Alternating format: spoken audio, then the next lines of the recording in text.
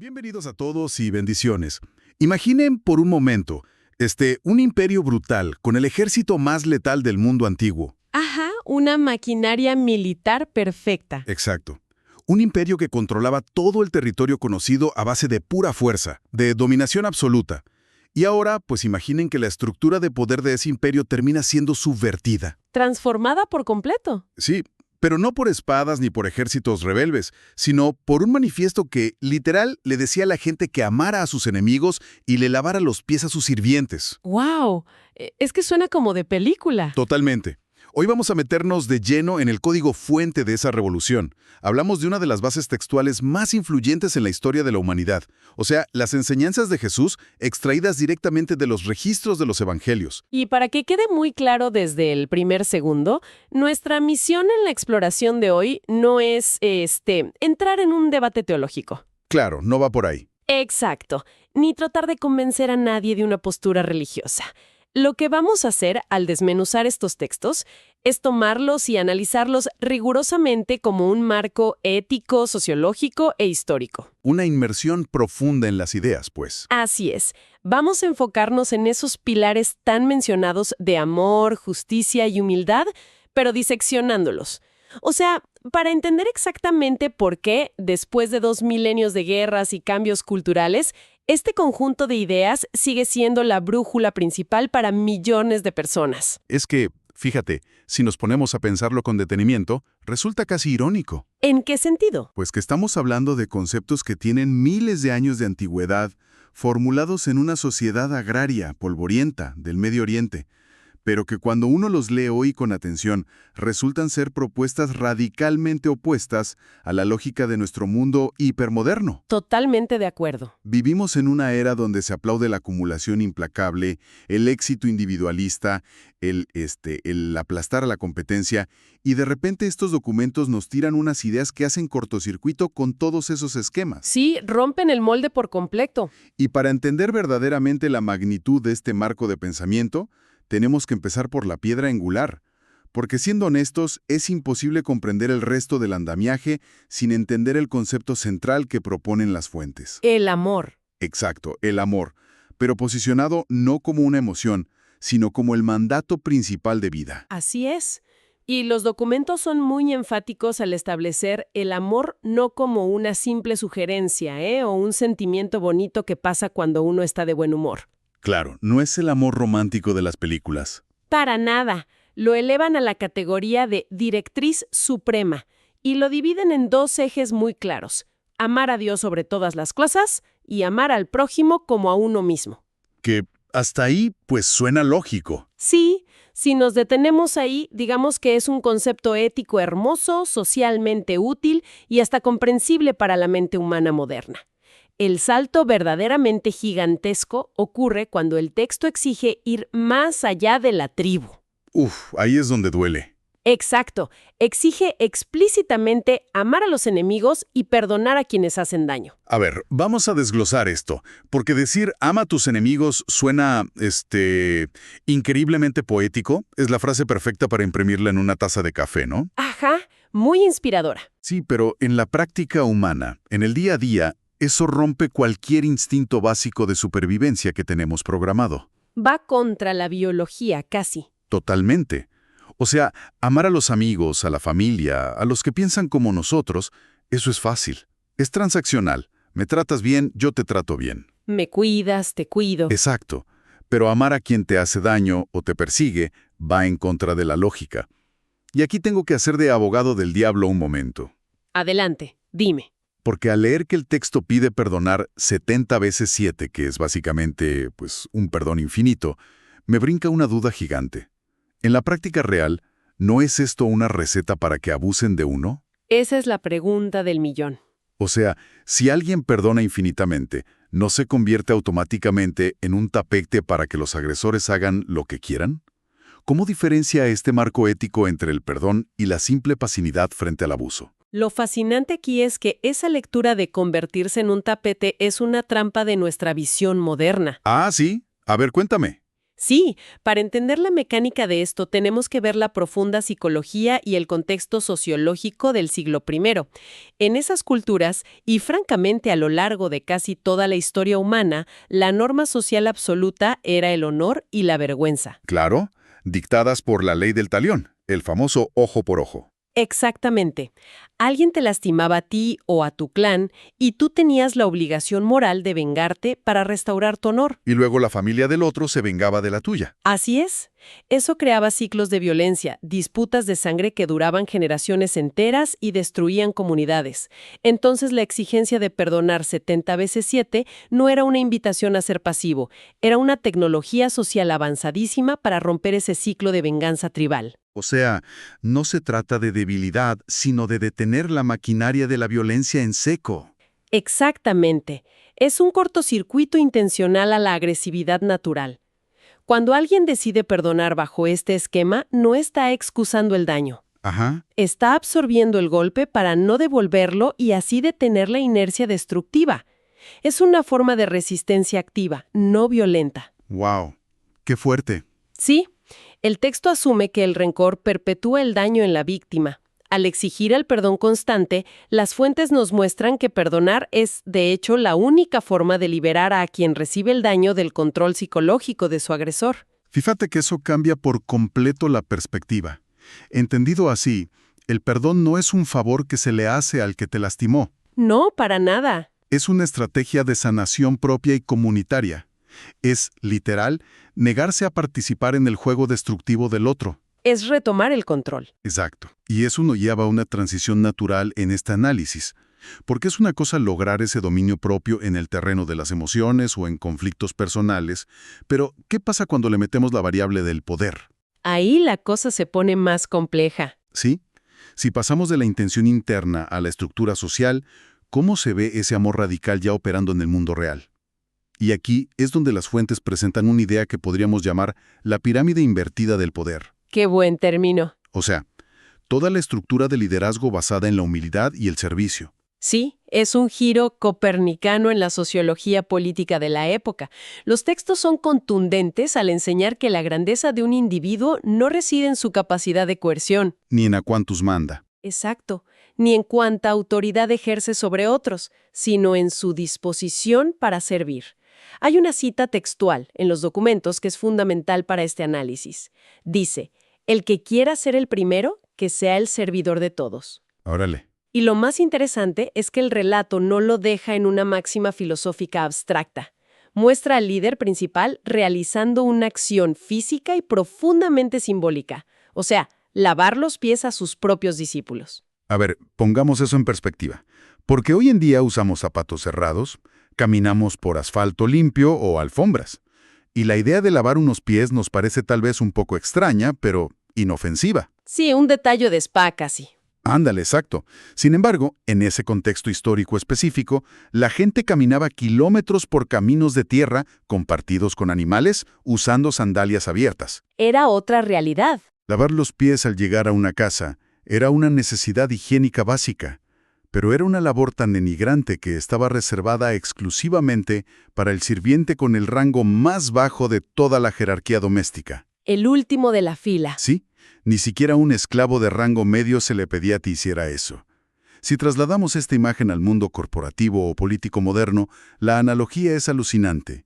Haz de cuenta, imaginemos el organigrama de una empresa multinacional gigantesca, pero completamente invertido. Ajá, a ver. Imaginen al CEO, al director general de la empresa, de rodillas, con un trapo, lavando los pisos de los cubículos o limpiando los baños de los pasantes de primer ingreso. ¡Qué locura! Y no haciéndolo como una táctica barata de relaciones públicas o un video viral de TikTok, sino como la máxima demostración de su autoridad. Es algo que la mente corporativa simplemente rechaza. Lo rechaza porque redefine desde la raíz qué significa tener autoridad. Recordemos el entorno geopolítico donde se escriben estos textos. La hegemonía total del Imperio Romano. Claro, el poder puro y duro. En Roma, el poder, encarnado en la figura del César o del pater familias, era sinónimo de dominación absoluta. El fuerte aplasta al débil, el vencedor esclaviza al vencido. Y el estatus se demuestra por cuánta gente tienes a tu servicio. Exacto. Al establecer el mandato de que el líder debe ser el que lava los pies, este marco ético vacía al liderazgo de su componente de dominación. ¿Le quita el ego? Deja de ser una herramienta para acumular privilegios y se transforma en una responsabilidad ineludible de cuidado hacia los subordinados. O sea, la autoridad ya no se mide por cuántos te sirven. Así es, sino por a cuántos estás dispuesto a servir tú. ¿Qué impacto? Es una sacudida brutal a los cimientos de cualquier sociedad jerárquica. Pero claro, aquí es donde entra la naturaleza humana a complicar las cosas, y me parece que el texto lo anticipa maravillosamente. Sí, porque siempre hay una trampa. Claro, porque si las acciones externas, como servir a los demás o mostrarse humilde, se convierten de repente en la nueva métrica para ser considerado un buen líder, ¿qué impide que la gente ambiciosa empiece a fingir? El famoso postureo. Exactamente. Todos conocemos a alguien que hace cosas buenas solo para que el resto del mundo le aplauda. Y así llegamos al choque entre la autenticidad interna y lo que los textos denuncian como la construcción de pósters religiosos o de falsa virtud. Es una de las críticas más severas que encontramos en todas las fuentes primarias.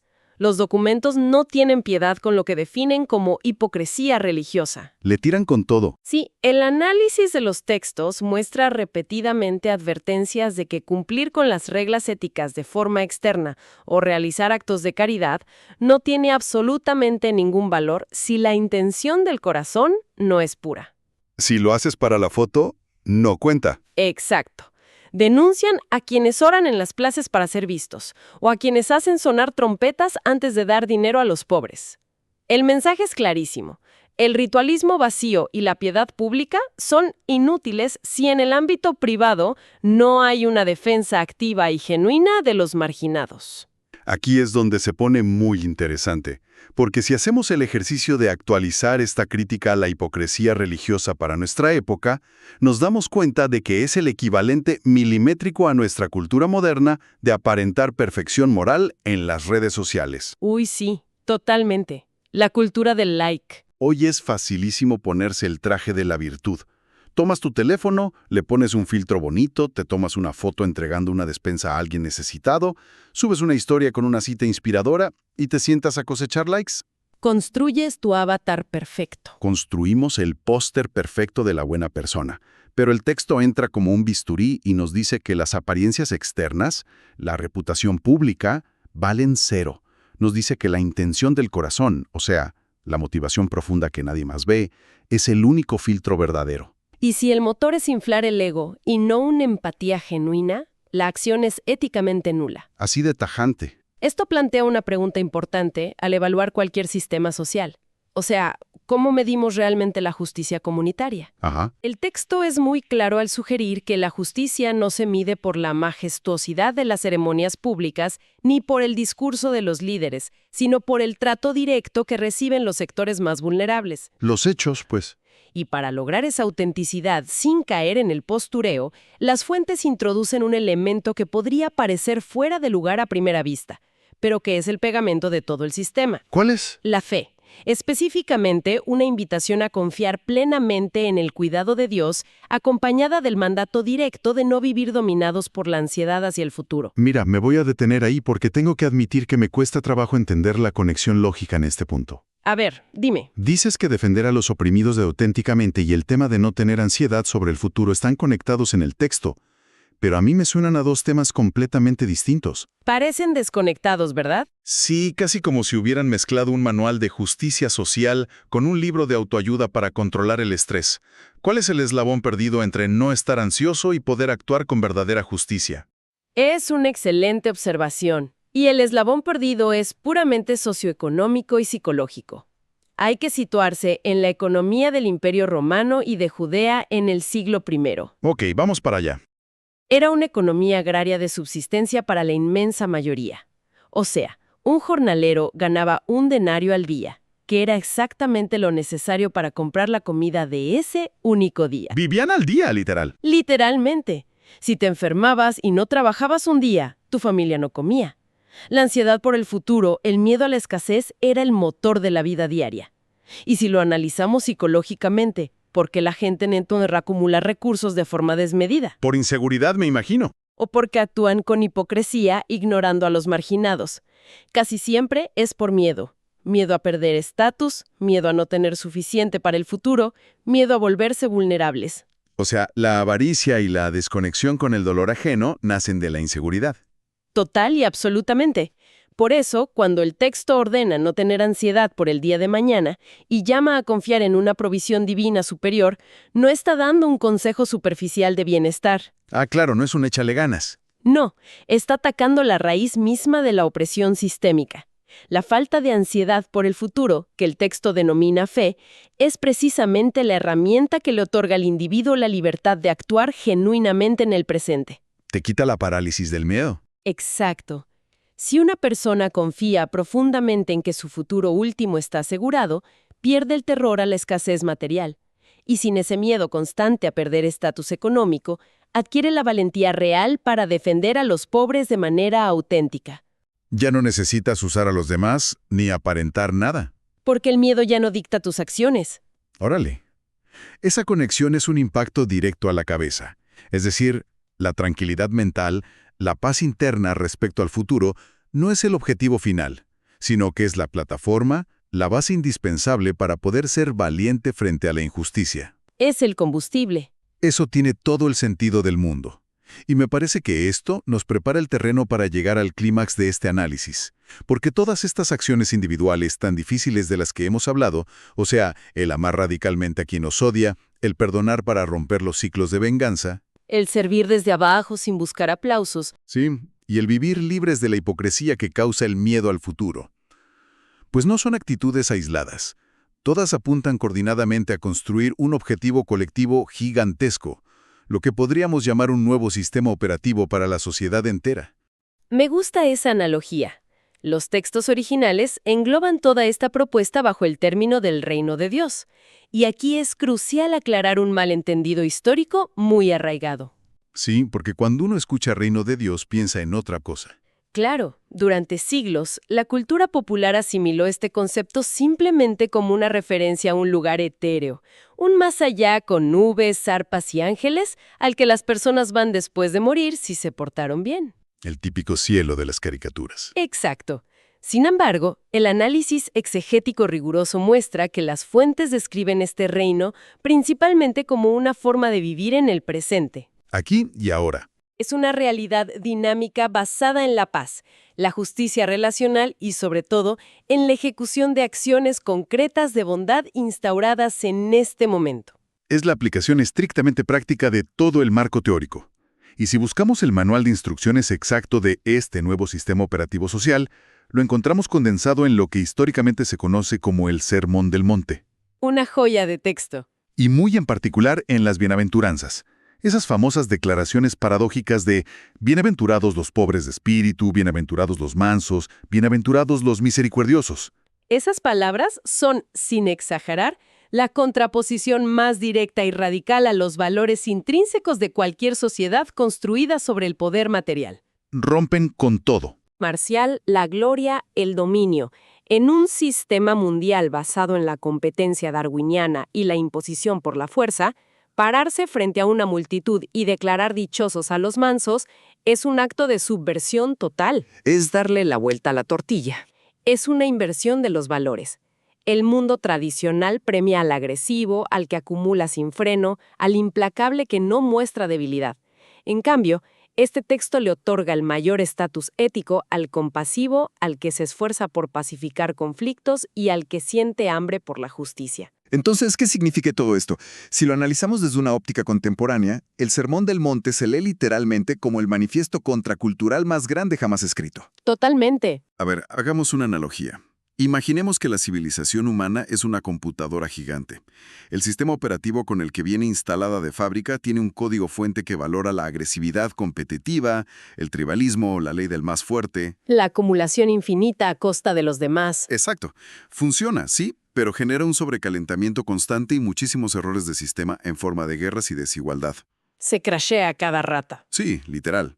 De pronto llega este conjunto de textos como si fuera una actualización de software en un USB externo.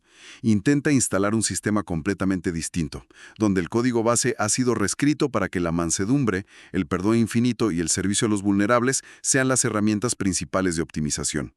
Qué buena imagen. Es un choque de programación brutal contra nuestra naturaleza de fábrica. Si conectamos esto con el panorama general, lo que descubrimos no es un catálogo de buenas intenciones desconectadas, sino un modelo ético completo y interdependiente. Funciona como un ecosistema. A ver, explícame eso del ecosistema. Pues que es imposible manifestar este reino presente sin la disposición al servicio. Al mismo tiempo, es imposible servir genuinamente sin un núcleo de humildad. Y esa humildad es inalcanzable sin la capacidad psicológica y espiritual de perdonar y amar incluso a los enemigos. Todo está amarrado. Sí, este marco sociopolítico y ético irrumpe en la realidad material en el momento exacto en que las personas, de forma individual y comunitaria, deciden empezar a operar bajo estas reglas. Reglas que desafían el egoísmo. Así es.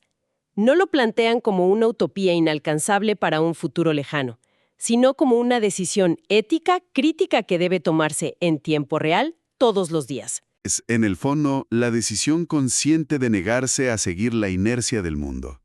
De plantarse y decir, pues mi instinto y la sociedad me gritan que me vengue y destruya a quien me ofendió, pero yo decido romper la cadena y perdonar. Es de un poder transformador gigantesco. Gigantesco. Y bueno, al haber recorrido todo este material, toda esta evidencia textual, el contexto histórico y sus implicaciones, creo que estamos en una posición muy sólida para resumir el impacto de estas ideas. Ciertamente. Si tuviéramos la tarea de destilar la esencia absoluta de todos los documentos y fuentes que analizamos hoy, podríamos sintetizar este complejo marco histórico en 5 acciones clave. 5 verbos activos. Exacto, que los textos exigen de manera no negociable. Primero, amar profundamente y sin distinciones tribales, incluyendo a quienes nos atacan. Segundo, perdonar de manera constante, asumiendo el costo para romper el ciclo de la venganza. Ok, amar y perdonar. Tercero, servir con humildad radical, comprendiendo que el pináculo del liderazgo es estar dispuesto a lavar los pies del subordinado. Cuarto, vivir con fe, lo que exige soltar la ansiedad por el futuro para actuar con autenticidad hoy. Soltar el miedo. Y quinto, actuar con una justicia y compasión inquebrantables, defendiendo a los marginados no para la foto en redes, sino desde la absoluta sinceridad de la intención interna. Son 5 pilares que, si los escuchamos rápido, suenan sencillos, casi infantiles, pero que, al intentar vivirlos, requieran ir en contra de casi todos nuestros instintos biológicos y sociales de supervivencia. Son el reto máximo. Y precisamente ese nivel de dificultad es lo que los hace tan revolucionarios a lo largo de los siglos. Para cerrar esta revisión de las fuentes hay una reflexión que me parece vital dejar sobre la mesa para que quienes nos escuchan se la lleven y la mastiquen por su cuenta. A ver, ¿te escuchamos? Imaginemos por un instante las grandes estructuras que rigen nuestras sociedades actuales. Si ese principio del perdón constante, esa tecnología social de perdonar 70 veces 7, junto con la defensa incondicional de los más vulnerables, fueran adoptados como los pilares absolutos de nuestros sistemas de justicia modernos, Uy, cambiaría todo. si decidiéramos como humanidad estructurar nuestras leyes alrededor de la restauración y la misericordia, en lugar del castigo punitivo, las prisiones masivas y la pura retribución que usamos hoy, ¿qué pasaría? Es una pregunta muy profunda. ¿Cómo cambiaría la estructura misma de nuestras ciudades, nuestras economías y nuestras relaciones si nos atreviéramos a instalar por completo ese sistema operativo de la compasión? Es una idea profundamente desafiante para cuestionar el mundo que hemos construido. Gracias por quedarte hasta el final. Suscríbete a mi canal. Bendiciones. Bienvenidos a todos y bendiciones. Imaginen por un momento, un imperio brutal.